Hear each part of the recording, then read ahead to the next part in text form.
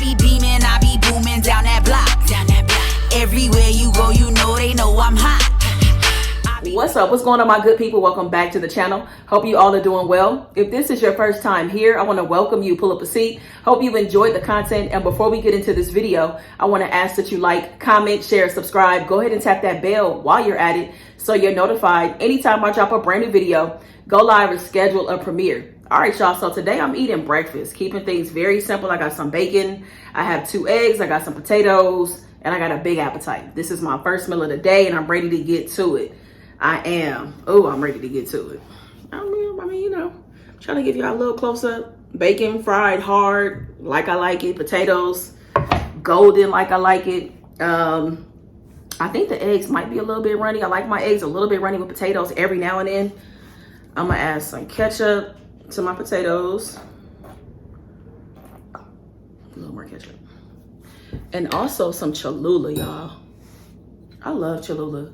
I do, and I have been out of it for a while, and I finally remembered to get some the last time I went to the store. So I love Cholula. All right, so let's go ahead and let's do some potatoes. Try to give y'all a cool bite. There you go.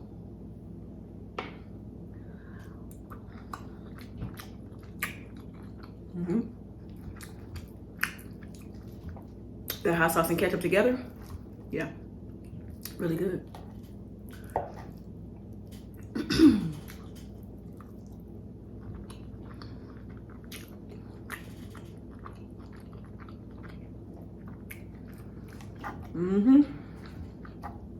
This is perfect. Girl, it is. It's a little after 4 o'clock. Y'all bacon is fried so hard. I love my bacon fried, like cooked really hard.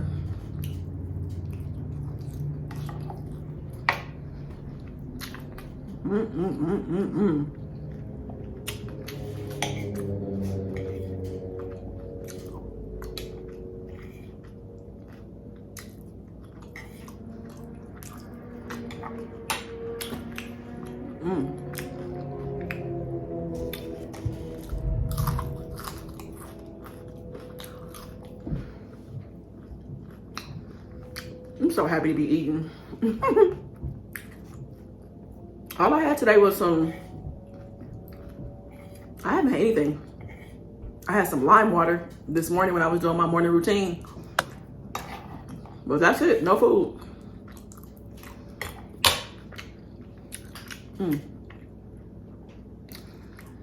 And as y'all can see, I think that this will be the very first video under my new channel name, which is Rhonda's Real Talk. I'm so excited, so happy for the channel name. I think it was just time, time to do something different. I did Rhonda's Red Sauce for like 2.5 years. I think Rhonda's Real Talk is just more aligned with where I am and where I'm going. Y'all know I want to get into speaking. I'll probably get back into podcasting, I'm pretty sure. All of that stuff, you know what I mean? Like, somebody had even asked me if I wanted my own talk show. Sure, I'll take a talk show. Well, Rhonda's Real Talk makes sense, you know what I mean? So, and in terms of like content, still gonna be story times. I'm gonna do more vlogs. Y'all told me y'all wanted more vlogs, so I'm gonna do more of them. Also just having videos where I'm just, having meaningful conversations, uplifting conversations about different things, you know what I mean? So I have a couple things, that y'all said y'all wanted me to talk about. So those are coming up soon. But please, by all means, join me in the comments and let me know, like, what do you want to hear me talk about?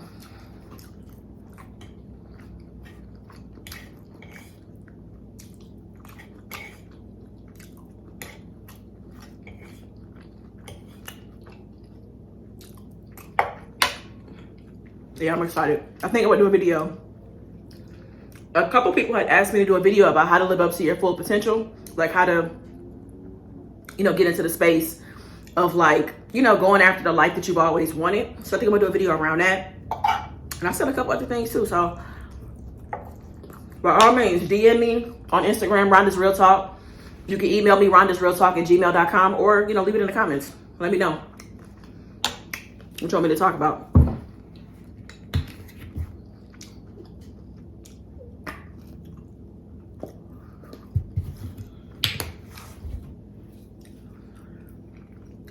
A little more hot sauce. Either I'm smashing this food or it wasn't a whole lot of food. I don't know. Maybe it's a little bit of both. But I was thinking, y'all, so when I was over at Steph and Tasha's house a couple days ago, me and Steph was watching, we were watching Married at First Sight.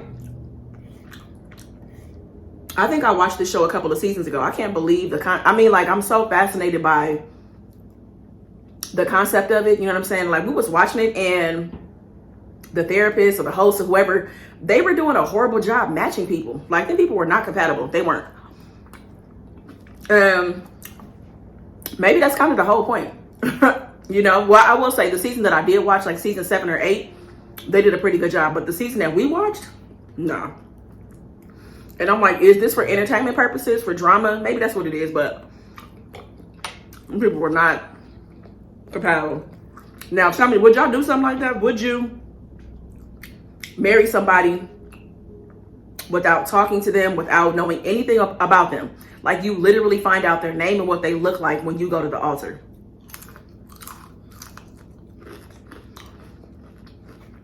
I'm pretty adventurous and curious, but I don't think I can do that.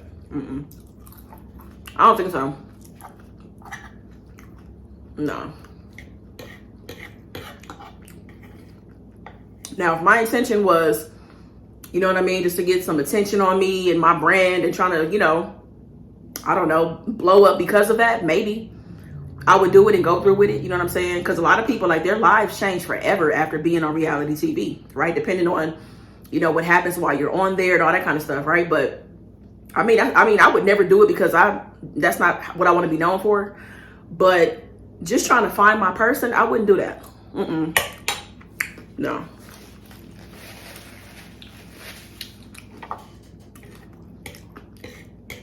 I think if I had to choose a dating show that involved like marriage, I would choose Love is Blind.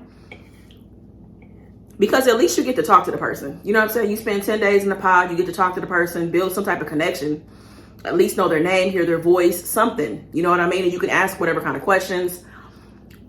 I could see myself maybe doing something like that.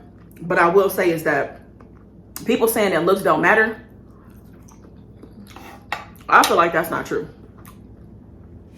It may not be your number one thing, but I do think you have to be attracted to the person that you're in a relationship with. And I will say that building an emotional connection with somebody, I think will help get you past anything else that, you know, you may not necessarily like or prefer.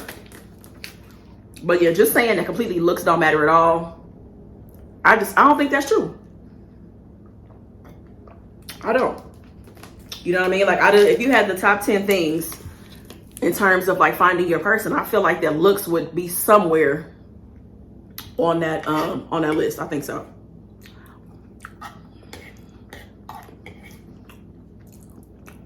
So yeah, y'all tell me, if y'all watching the show, would you do it? Just talk to me about it. Married at First Sight and Love is Blind. So I was kind of like dragging my feet on watching the latest season of Love is Blind, but I'm glad that I started watching it because there's some pretty interesting stuff on there.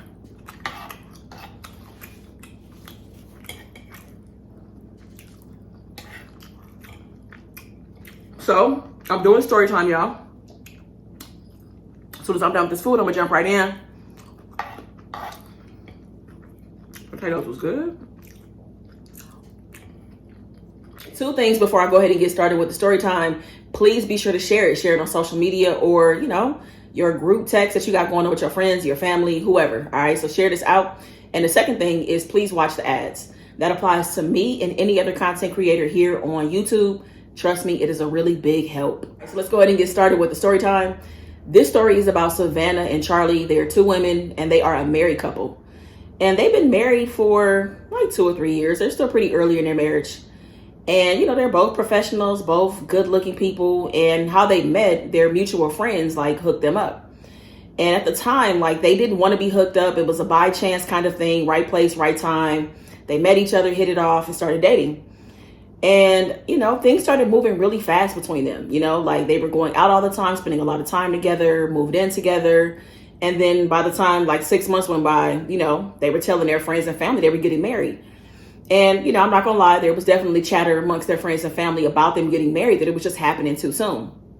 But, Savannah and Charley had their hearts set on their decision and moving forward with it. So they planned the wedding of their dreams. They have the ideal, like the perfect venue, they get married in the summertime. And it's just everything they ever wanted it to be. So like maybe like, I don't know, a couple weeks before the wedding, they both start to get this feeling, that like maybe we are moving a little too fast.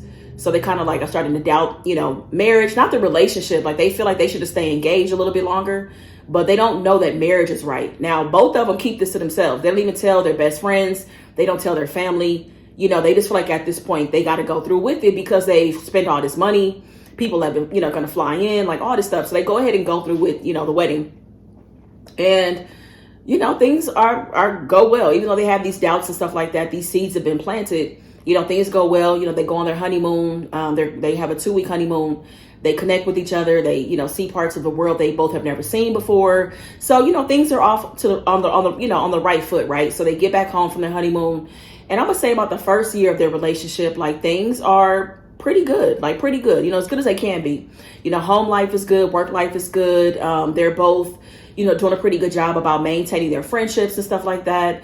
Like I said, they have mutual friends, so they spend time with these mutual friends. They spend time, with their other circle of friends and stuff like that. So they're doing a really good job of balancing everything out and just really adjusting to married life. I feel like that once you're married, things definitely go to a different level. And you just view things totally different because you have to consider this person. You know what I'm saying? Like, yes, you have to consider somebody even when you're dating, but I feel like it's different when you're married, right? So anyways, first year, it's like their anniversary, and this is when things kind of come crashing down a little bit. So, Charley has planned something really special for their first anniversary, and things just kind of come to a head. And Savannah, confronts Charley about a couple things in terms of their finances because some things just aren't really adding up.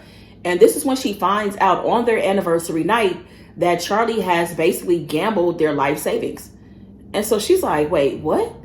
Like she can't believe that this happened. Why would you do it? Like we really sacrificed everything to make sure that we had this money. We were going to make some investments. We were going to buy a rental property, like all these things we were doing. And now we don't. Now what? I'm sorry. And, Charley just doesn't really show any remorse.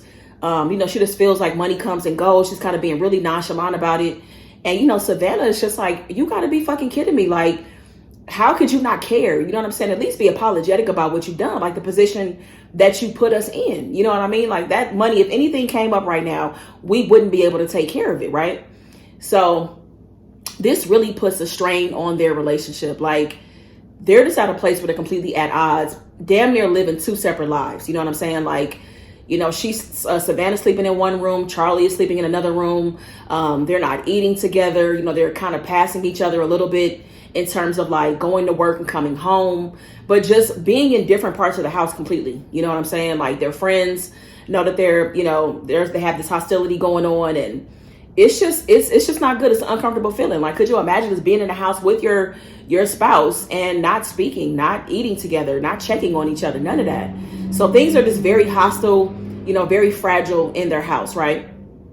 So one day, Savannah is in the room and she's like getting ready to go to bed or, like lay down and get ready to like, unwind and get ready for bed. And then she hears this really loud thump. So it's so loud that she can't ignore it. And she goes downstairs and she sees Charley slumped over on the kitchen floor. And so, like Charley is just kind of like passed out. You know what I mean? Like she's not moving or anything, right? So she's freaking out. She calls 911. The ambulance comes to pick her up and, she's admitted into the hospital. And it turns out that Charley just hasn't been taking care of herself. She has not been taking care of herself. She hasn't been sleeping and she was dehydrated. So, they hook her up to the different machines, rehydrate her. She stays, overnight. They do blood work, do testing, making sure nothing else is going on and all that stuff. But they definitely know she's dehydrated. But, just want to make sure she's good overall. So she gets, released like 2 days later and is back home. And so like another day goes by, the doctor released her, said everything was good. But just, make sure, watch what you're doing and take care of yourself. You know what I'm saying? And she, promises to do so. And, when they leave to go home from the hospital, it's a quiet ride home. It's not you know, I don't know, like Savannah, of course, is concerned about Charley, but it's kind of like just falling right back into where they left off. Not really talking, not really paying attention to each other or whatever, right? So I'm gonna say like a day or two goes by since she's been released from the hospital. And, you know, Charley gets a phone call from the doctor. It's a doctor's office. And, you know, the nurse is like, hey, can you come in? And she's like, yeah, okay, yeah, sure. So Charley tells Savannah, and Savannah's like, you know, I'll go with you to the hospital. And they go, they're in the waiting area and, you know, waiting to be seen. And her appointment time is come and gone or whatever. And, you know, they just still being patient and not really communicating with each other. And, you know, maybe Charley is feeling nervous, but she's not expressing this to Savannah. And even their ride to the hospital, like, was quiet, right? So they're just sitting, you know, in the waiting area. And finally the doctor comes out and calls, you know, Charley back. And Savannah goes with her and they sit down. And, you know, the doctor is like, you know, I went back over your test results. And, you know, I saw something that looked a little suspicious. And, you know, I ran some additional, you know, I looked at some additional things and, you know, I don't even know how to say this to you. And Charley's like, say what? I mean, what could be going on? You know, like, I know I wasn't taking care of myself, but I'm you know, I'm not a sickly person. Like, what's going on? And he's just like, okay, I really hate to have to be the person to tell you this, but you have like a rare liver disease. And, you know, based on what I've seen, it looks like you only have about 4 to 6 months to live. And she's like, wait, what? What the fuck are you talking about? Like, I'm sorry, what? What? Like, she like damn near just like explodes, you know, she jumps up to her feet and she's just like ready to like knock all this shit off his desk. And, you know, Savannah grabs her and it's like, look, honey, baby, sit down. And she's like, what the, like, nah, nah, go back and check that shit again. And he's like, I did, like, Charley, I did. I checked it over and over again. I don't know how I missed it the first time. And I'm sorry. And so, you know, he's like, I'm gonna give you some time so you can, you know, you guys can just sit with this. And I'm sorry. I'm really sorry. So the doctor leaves out of the, you know, the office. And, you know, Savannah, you know, comforts Charley to sit down and is rubbing her back and consoling her and stuff. And, you know, all she's thinking about is just being gone, like it being over, like 6 months to live. Like, what? You got to be kidding me. Like, she's in her early 30s. Like, she has so much life ahead of her. And, you know, she's like hanging her head and just like processing what she's heard. And Savannah's like, okay, this is bullshit. I'm with you. We need to go get a second opinion. We need to go to get a second opinion, right? And so like 15 minutes later, the doctor knocks and he comes back in. And Savannah's like, we want a second opinion. And she's like, yeah, like, please, by all means, go get a second opinion. You know, I can refer you to a doctor. Or she's like, fuck no, like, we're going to get our own doctor, you know, to figure out and make sure that what you're saying is true. And he's like, no, please, by all means, get whatever you need done. Follow up with me once, you know, you get the results and stuff, right? So, you know, Savannah's like, look, babe, like, don't worry about it. I'll find a doctor. I'll, you know, call around, get some referrals, you know, to the best specialist in town. And we're going to get to the bottom of this. And, you know, let's just do our best to remain positive because, I mean, shit like this happens all the time. Like, he didn't see this the first time.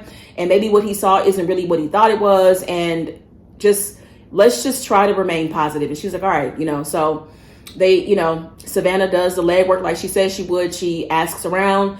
She finds a specialist in town. They go get an appointment right away. And, you know, Charley goes in, gets all these tests and stuff ran. And sure enough, like a day or two later, she gets a phone call. Same thing. Like, this doctor said the same thing that her primary doctor said. Like, you know, yes, I hate to tell you this, but, you know, this is my first time seeing you. And I hate to be the person to tell you this, but yes, like you have a rare disease and, you know, a rare liver disease. And I'm sorry. I would say 6 months max, you know, for you. So, you know, you'll want to go ahead and start making, you know, whatever final arrangements and you spend time with your family or whatever you need to do, you know, have some information for support groups if you want. But yeah, like your primary care doctor was correct, you know, in his findings. And so, you know, Charley is devastated. You know, she can't fucking believe that like this is about to be over. You know what I'm saying? And it just feels like her health just starts to deteriorate immediately, you know, because her mind is just completely consumed with dying, you know what I mean? And, you know, she loses her appetite. She starts losing weight. You know, she's drinking, which she should not be doing. Like, she's sneaking and taking, like, you know, drinks and stuff like that. And, you know, she's smoking cigarette. Like, she's doing a whole bunch of shit she knows she shouldn't be doing. She wasn't much of a drinker when she was healthy. She never really smoked. So all of this is new. And, you know, Savannah's trying to be understanding because, you know, it's like, okay, she's going to be gone in 6 months anyway. Should I try to stop her from drinking? Like, if that's going to help her cope, you know, until her time is up, like, what should I do? Like, she's very conflicted. So, Charley ends up getting like a home health services in her house for somebody to help her, because again, her health is just completely deteriorated very, very quickly, and she needs all these different drugs administered and all this different stuff going on, right? And it's just a sad sight to see, you know what I'm saying? And like, Charley is just so rude and so disrespectful and unruly, with the help that's coming to the house, and it just gets really bad really fast. And so Savannah has no choice. She takes a leave of absence from work because she now needs to take care of her wife. She needs to step in, and, she knew at some point she'd have to step in, but she was hoping that she'd have a little more time, because she doesn't want to see Charley like this every day. That's a lot to deal with. So she takes the leave of absence, and then she's there with Charley every day, doing the best that she can, making her favorite foods, trying to play cards with her, trying to reminisce, like trying to pull out pictures, like all this shit, right? And let me say this too, is that Charley just doesn't have the best relationship with her family. Like, going months at a time not talking to them is not unusual, and it's been like that for years. So her family doesn't even know what's going on. Her friends know, but her family doesn't know. So, again, Savannah's doing the best that she can, being a caregiver. She started smoking, she started drinking, because now she's just trying to cope with the reality that's setting in, that she's a caregiver, that everything is about to change. She's about to lose her wife. Like, all of this stuff is really finally starting to settle in for her, because she's, staring at it every single day by being a caregiver, having to take care of Charley every day. So, one day she's like, look, let's go for a ride. She gets her into the car.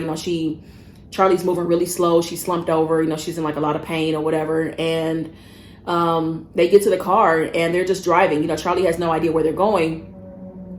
And Savannah decides to take, a ride up the coast. And she takes, going up to the coast is one of their favorite places, is where they have their first date. But it's also just their favorite place, so she goes and they park the car. They don't get out.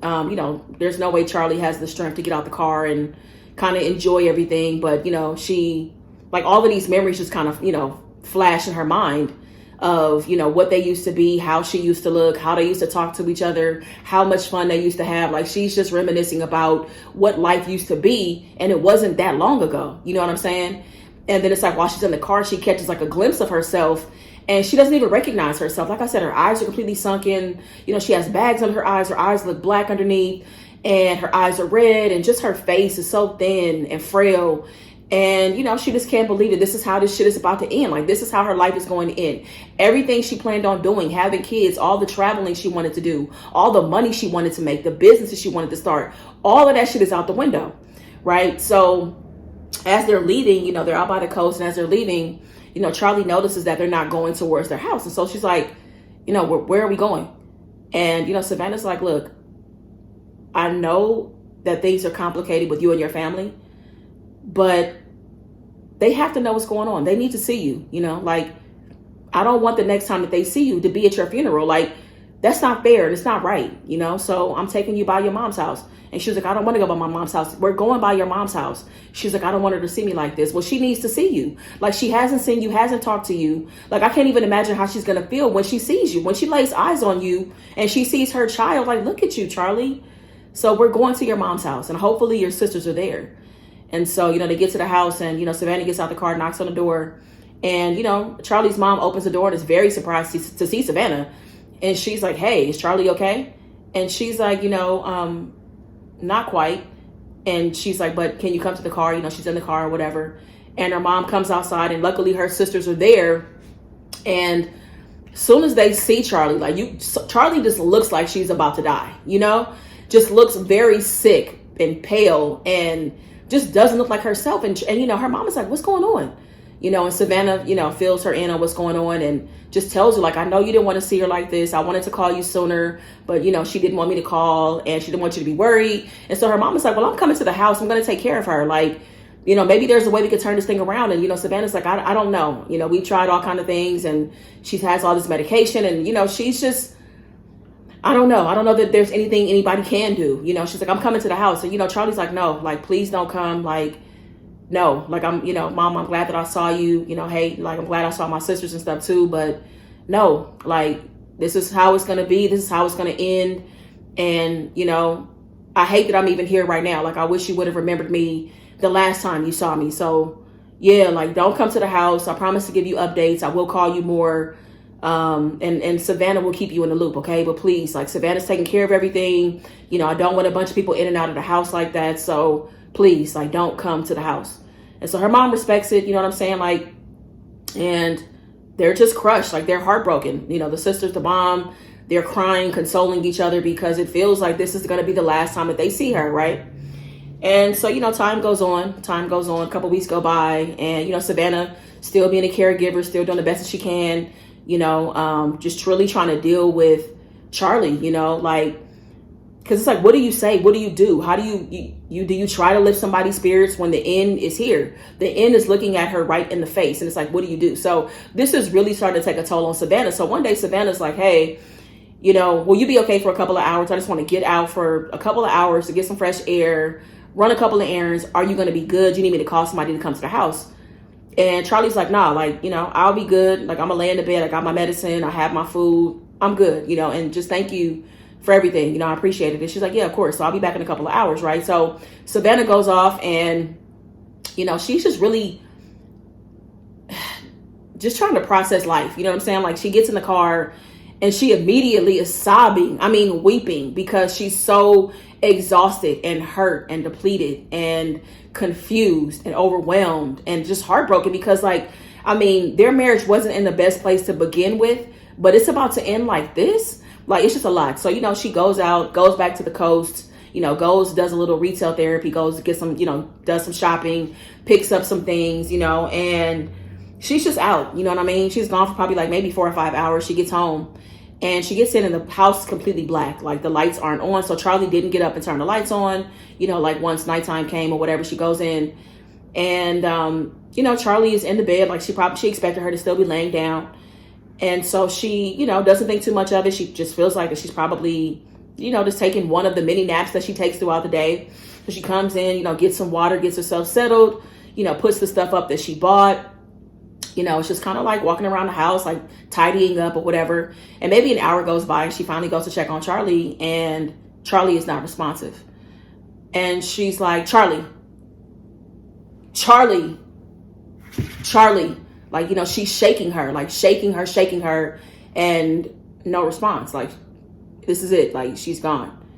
And she's freaking out. And like, she looks over on the side of the nightstand and she sees a note. And, you know, she's just like, I'm tired. I can't do this anymore. Tell my mom that I love her. And there's like this bottle of pills. And so it looks like that Charley, you know, took all of these pills and she overdosed, and, you know, her body already wasn't in the best condition. And like, who knows how quickly it even happened, you know? And, you know, Savannah's devastated. She falls to her knees. She's weeping. She's grabbing and reaching, you know, for Charley's limp body, and she didn't get to say goodbye. And, you know, it's heartbreaking. Like, this wasn't how it was supposed to end. Like, you know, she's thinking about like, damn, we should have never gotten married and I wouldn't have to deal with this. And, you know, maybe if she would have never met me, she'd be okay. Like, just blaming herself for so much of this, right? And, you know, she calls, makes the necessary calls, and they come and pick her body up, and she calls the doctor to let him know that, you know, Charley is gone, and just everything, you know, calling family, calling friends, and people are coming over, starting to arrive, consoling her, bringing water, bringing food. You know, she notifies her job, just like everything, you know, making all these phone calls is a lot, you know, and she makes as many phone calls as she can. But then when her friends come over, they start helping and, you know, making calls on her behalf and stuff like that, delivering the news and all that. And it's just a very somber and heavy time, you know what I'm saying? And everything just happened so fast, you know? And, so of course now she has to move into making the funeral arrangements, and she wanted to make these arrangements before Charley died, and she felt like she was still going to have time, you know? And, so she's making these arrangements, trying to do the best that she can, you know, involving her family, you know, for them to make decisions as well, you know, making it very inclusive for her friends and everybody as well. Like, what do you guys think Charley would have wanted and all that stuff or whatever. So, you know, they give her a great service. Her service is amazing. People have great things to say about her. And, you know, now it's just time for, you know, Savannah to get used to this new life. You know what I'm saying? And whatever that looks like, you know, she's just really devastated. And, you know, good thing is that her job is really understanding about what happened and where she is and how she feels, and just having time to just deal with her new life and whatever it's going to look like. You know what I'm saying? So, you know, a part of her is immediately ready to like move, you know, from where her and Charley lived, and she wants to go to a new city and just start all over again. You know, she wants to just run away from everything and everybody and just start over. You know, that's just how she feels. And so maybe at this point, it's like 6 weeks after Charley has died, and she makes her way to the doctor's office, you know, to Charley's primary care doctor. And she goes in, and, you know, she goes in and she sits in the waiting room for a little bit, and they call her name, and she goes back to the doctor's office, closes the door behind her, and sits there, and she slides this bag, you know, on the desk over to the doctor. And he takes a look inside, and, you know, it's money. It was $150,000 in cash in this bag. And they don't say too much. You know, they don't say too much. They kind of exchange a couple looks, but it's just almost like a look of like, good to do business with you. You know what I'm saying? And the reality is, you know, Charley wasn't sick. Charley wasn't sick. But what happened is that, you know, Savannah saw this as an opportunity. Like, once Charley passed out and went to the doctor, had to get testing and stuff done, she saw this as an opportunity, you know what I'm saying, to get out of this life, get out of this marriage, not be the bad guy, and also maybe even get some money out of it, you know? Like, she really despised Charley. Like, she did not, like, she was no longer in love with her. She was no longer her wife. This was not the person she wanted to spend her life with. Like, Charley was just a piece of shit to her. Like Charley did not matter to her at that point. So when the opportunity presented itself of Charley going to the hospital and shit like that, you know, and again, all she was dehydrated. That was it. But Savannah took the opportunity to reach out to the doctor, because there was talk about this doctor being a little crooked, being open to opportunities to, you know, make some money on the back end and get kickbacks and shit like that. She heard a lot of talk about that. So, and it had been going on, you know, and she kind of kept it to herself. She never said anything to Charley about it, because Charley had been going to this doctor for years. So when the opportunity presented itself, you know, she told the doctor, like, hey, you know, Charley has a really big life insurance policy. She has a policy for $1,500,000 and, you know, 1.5. And I would love to give you a cut of that. I would love to give you, you know, $150,000. And, you know, it didn't take much for the doctor to think about it. The doctor said, yeah, $150,000 tax-free. And I don't have to really do anything. Like, I get into this person's head. And see, Savannah saw this as an opportunity, because she was like, Charley is weak. Charley is weak. When she gets this diagnosis of, like, you know, that she has a 6 months to live, that shit is going to break her down. And not to mention, the doctor started giving her medicine that, I mean, wasn't going to kill her, but she was vomiting. She was feeling sick. She was feeling like that she was dying. And not to mention, Charley's head was convinced that she was dying. That's how powerful our mind is, y'all. Like, if your mind buys into some shit, your body starts responding to it. You know what I'm saying? And plus this medication she was taking. And I will say this as well. The doctor that gave the second opinion, you know, Savannah went ahead and gave that doctor $25,000, and that doctor went ahead and co-signed, you know, on a year, you know, she's dying 4 to 6 months. So that doctor made one phone call and made $25,000 tax free, you know, so why wouldn't I take that money? Of course, I'm gonna get paid under the table, right? And like I said, Savannah, you know, knew her plan was gonna work. She knew Charley was either going to die or that she would overdose or do something to herself, and she wouldn't make it out from underneath this, you know? So now she gets all this money. She's a beneficiary, and now she can pack up and start all over again, you know? Move on to the next state, the next city, the next relationship, or not, you know, go somewhere out of the country for a little while, be off of the grid. She has all this money to herself. They didn't have any kids or nothing. And, you know, it was just important, you know, like, Charley was obsessed with having a huge life insurance policy, you know, and the biggest reason why is because when her dad died, he didn't have a policy at all, you know, so she saw her family struggle trying to bury him, and she didn't want that to happen. So it wasn't even about her being sick. She already had this policy for years. So, yeah, Savannah came up. Savannah did not give a fuck about Charley. She didn't. And that's some cold shit for the person that you're in a relationship with, that you're married to, that you're supposed to spend your life with, that you know, exchange vows with in front of God, that person is plotting against you and willing to go to any length to make it happen. That's crazy. And do I think that there are doctors that get kickback and are involved in all kinds of schemes? Hell yeah. Without a doubt. Like, so many parts of the healthcare system are corrupt. And let me tell you, I can't imagine how many doctors are leading the charge. Not all doctors, but I'm saying there are definitely some doctors for sure that are up to some shit. Yeah, hell yeah. So anyways, that's the story time, y'all. I hope that you enjoyed it. If you did, please be sure to give this video a big thumbs up. I appreciate you watching. I'll meet you in the comments. Make the best of the day. Be good to yourself, y'all. Peace. I be beaming, I be booming down that block. Everywhere you go, you know they know I'm hot.